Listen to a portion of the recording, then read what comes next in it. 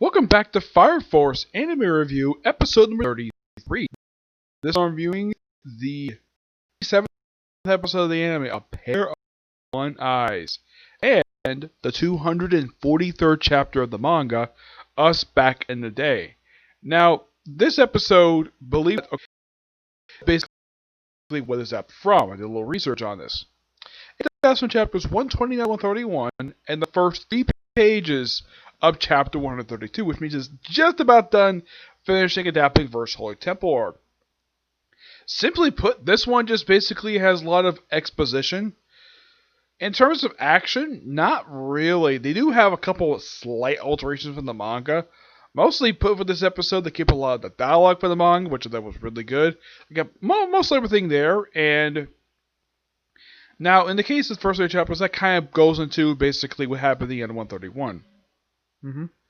Episode starts off exactly where last week's episode left off, where Captain Burns is confronting Joker and the Captain of Company 7.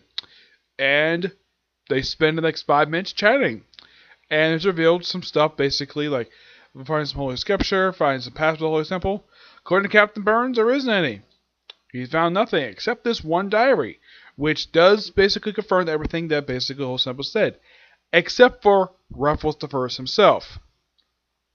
Basically, it's revealed from the wife of Ruffles the First that after he went on his journey, he come back, all the caravan is pretty much gone, except for Ruffles himself. He come back and he's changed his mannerisms. Yes. Now, Shinra, the captain of Company 7, I keep forgetting the guy's name, but they call him Benny. He pretty much feels, oh yeah, there was a guy similar to that I ran into that with that ability. He's like, and Joker's like, that was recent. This happened 250 years ago. And turns out, yep, this is actually completely true. As they show in the Temple of the Evangelist, that there's a guy named Jonah who could transform himself into Ruffles the First. And it turns out this one guy is responsible for starting the Holy Soul Temple religion. On orders of the Evangelist. Now in the manga, they refer to him as the Preacher. My guess is the reason why I changed his name to the Evangelist, and this just, I still have this theory. Because the thing is, Preacher, for let's say English dub, that they probably didn't like that very much, that a preacher basically is evil, so change to Evangelist because not a lot of people like Televangelist. With the exception of Billy Graham, because I heard he was actually really awesome. I had never watched any of his stuff, but I heard he was really awesome. But a lot of televangelists are not very trustworthy. So having someone called the Evangelist be part of this cult of the white class soldiers makes perfect sense, not a preacher. Because when people think of a preacher here in the U.S., people think of people who actually are pastors of an actual church, not leaders of a cult. Televangelist, yeah, people buy that a lot more than a preacher. Yep. By the way, it's actually Pillar basically witnessing this, the whole thing with the character Jonah, revealed he was actually posing for the First back then, apparently present day. Apparently this guy's like super old somehow.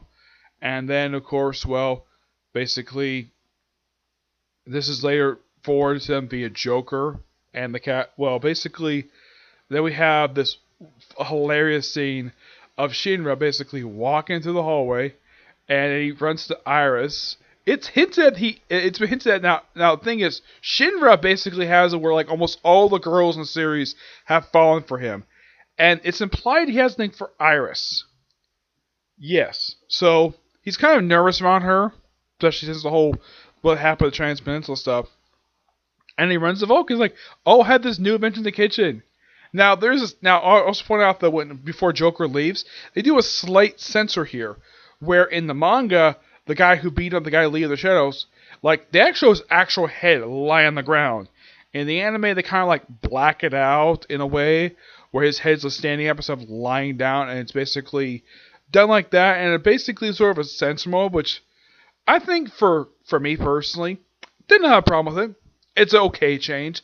I don't think anybody who basically reads the manga and watches the anime, I don't think there'll be any complaints about that. Not necessarily, no. This is one thing I think a lot of people would basically say, yeah, the anime basically was right to change that. Then we have Shiro goes in the kitchen and he's like, oh, is he This is new invention. It's just Lisa. Like, in the manga, he actually pokes her breast before she proceeds to bop her on the head with a blender. In the anime, he just basically looks like he's about to touch her breast, and then he goes poking her cheek. Now, I'm not really sure why they changed this for. Now, my personal guess is because I've done this gag before during the Vulcan arc, where when Sheriff first met Lisa, he kept poking her in the breast. And the thing is, Iris was doing the same thing as well. Yep, and then they have protein shakes. And then, of course, they basically, well, talk about what Benny found out, him and Joker found out when they broke in. And Joker basically is like, I gotta investigate more stuff here. And, well, and it turns out that, now this is basically something added into the anime, made a bit more extension than the manga, because this particular thing, when I talk about Hydra Industries, in the manga font, it looked like it took about, like, 1 page. Here, it took a good, like, about 2 or 3 minute sequence, where it explains Hydra got their fingers everywhere when it comes to industry across Tokyo Empire. Clothing, food, paper, everything they have, even the Fire Force themselves, they have control over it. And according to the captain, he says that 70% of the population work for Hydra Industries. Okay, that's interesting. And they show the graph. Of course, they actually have it over an actual city this time. Unlike in the manga, it's kind of like a blank background. Yeah. And then we see Victor just walking the hallway, going to meet the president. Meets up with Hybra, the captain of the Company 5. They briefly chat. Now, yes, this is from the manga. And he goes meet with the president, who's playing a Game Boy. Like, yeah, that's a Game Boy Color he's playing. I'm like, do Game Boys actually exist in the future? This is the first time I've seen them. First a laptop, and now a freaking Game Boy? What's next? A PS5? Who knows, right?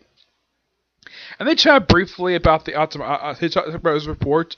The president, from what I can tell, is very happy with his report, even though he found some stuff he probably shouldn't have. And, well, they said, okay, they basically reminded him of his mission. Like, keep an eye on Company 8, especially keep an eye on Shinra. He's like, okay. And he's just making sure it's a lab. He's like, okay, I'll go do that. And he leaves, and the episode ends basically says, where the 3 guys, like, he knows too much. Let's kill him. And they're like, yeah, that's a good idea, but let's do it on the premises so we can cover it up. And that's how the episode ends. Basically, set up the first Hydra Industries arc in this episode. So basically, next week we'll probably wrap up basically this arc in a way, basically adapt the last couple chapters of this arc, and probably starting the first Hydra Industries arc. First Industries, if you're curious though, it takes up a bit longer than First Holy Temple, which this was in the manga, like 11 chapters. Hydra Industries is 14 chapters. So, I do have this theory that if they do, in fact, do what they want to do with it, like, this could take up a good chunk of the remaining episodes of the season. I mean, if they do 2 chapters an episode, this arc could take up a good 7 episodes. But due to how the production does things, I wouldn't be surprised, though, if they decide to increase the number of chapters from, like, let's say they have, like, 3 per episode. They could probably do this in about, let's see, 14? I'd say about 4-ish. Yeah, they'll probably do the same amount they did for the whole Holy Temple, basically. This was like 5 episodes, per se. And I would say that the season will probably end with the standalone stories, or they're probably going to start the joint investigation arc, which this one was also 14 chapters as well. Give or take. It just depends. Alright, now moving on to news chapter of the manga, Us Back in the Day. Yep, chapter 243. Chapter starts off with basically Ogen apparently being defeated by, I don't remember this guy's name, he's Second Pillar's subordinate. Tabaki is like, Ogen's like, hey, you with the hood. You game? Arrow basically wants to take him on, then basically Ogen comes out and says, Arthur, you stay prep for Dragon. I still got this. And the guy's like, want to say that again? And he punches him in the side, and they fight. They fight. And then we have a flashback to when Sheriff first arrived at the Fire Force Academy. You do stuff. You want to be a Fire Force soldier and a hero. Like, okay. And then, of course, Arthur meets, kind of basically has his first interaction with Arthur. And we have girls basically hitting him basically because he's claiming he's a knight. And then basically Ogun meets up with him. Basically his first interaction with them. And they basically become like best friends. And of course they talk briefly about the rumor about She-Ra that he killed his mom and brother. It's not really true at all. His brother's actually alive. He doesn't know at this point. And apparently his mother's alive as well. And we see somebody with these double A. It could be Benny. I'm not really sure, but so they look on. And of course, Ogun talks to She-Ra about the rumor. That's not true. And basically, we kind of fast friends. Of course, you're weird.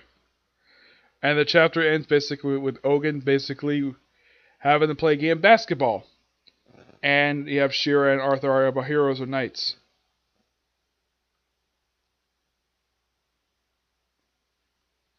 Yep, that's the chapter. Next chapter is going to be The Ties That Bind. Yep. That's going to be the very next chapter. I gotta say, this was a pretty good chapter. I'm going to give this chapter roughly a 9 out of 10. It's a damn good chapter. Definitely looking forward to the next chapter. Hopefully it comes out next week. And hopefully the next episode comes next week.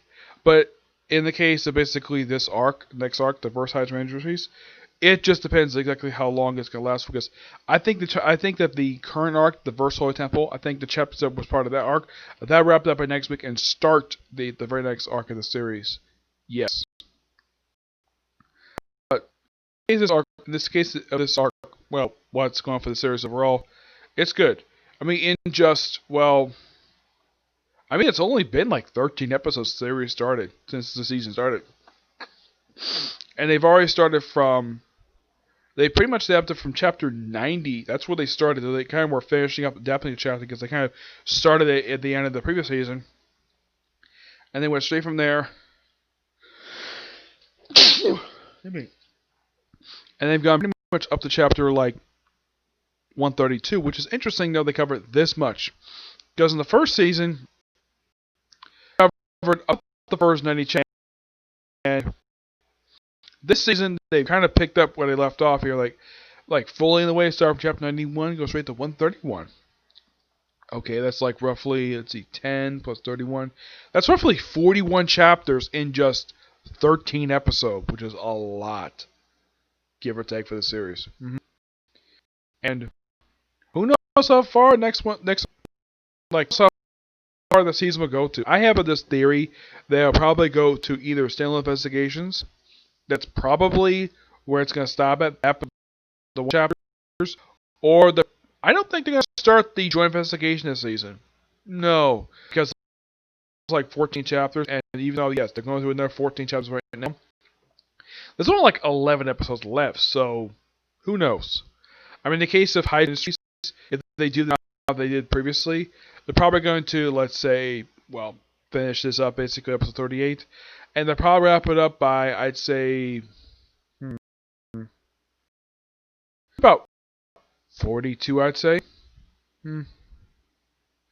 Or it could be basically they could extend this arc for the whole season. It just depends basically what studio wants to do, what the day production wants to do. So yeah, that's a particular view. I had roughly 3 more videos coming today.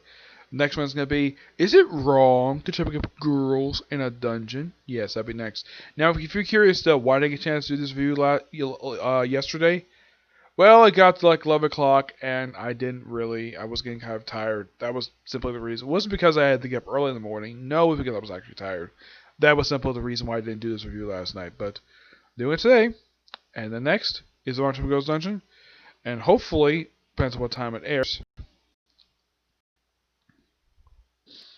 I'll go change the time for it. Let's see here. Okay, it's coming out today, but it's not coming out till 3 o'clock when they finally upload the damn thing. Is Kaguya-sama Lover's War, the final episode of the season? Yeah, that actually is coming out at 3 o'clock today, so about 2 hours. But that one will be handled today, but that won't be directly next because, well, that's not dubbed out yet. So expect to see that one soon, okay? Here's the next video. Well, the next one's going to be is where our time goes down. Okay, see you next video. Bye.